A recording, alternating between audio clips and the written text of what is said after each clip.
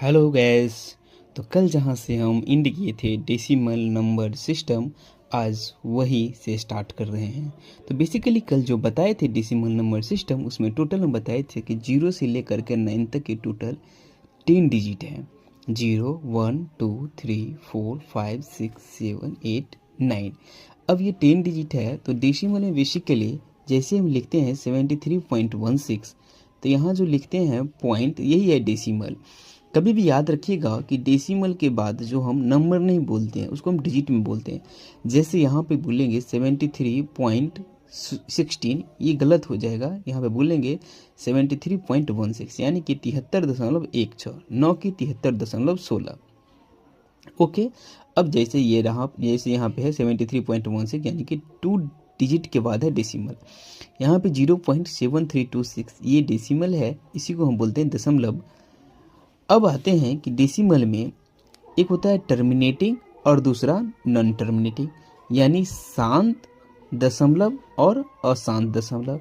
तो शांत दशमलव में क्या होता है, जैसे यहाँ पे है 73.16, यानी कि देखिए दशमलव के बाद रुक गया 2 डिजिट के बाद, फिर यहाँ पे दशमलव के बाद 4 डिजिट के बाद रुक गया है। अब जैसे यहाँ पे है 0.2, 0.5, ये देखिए डेसिमल के बाद रुक गया है, तो ये हो जाता है टर्मिनेटिंग, यानी कि अब डेसिमल ये रुक गया है, यानी कि ये शांत हो गया। अब अशांत में चलते हैं, तो जैसे 0.333 dot dot dot dot dot dot, यानी कि ये चलता ही रहेगा। 0.666 डॉट डॉट डॉट, तो ये हो जाएगा नॉन टर्मिनेटिंग।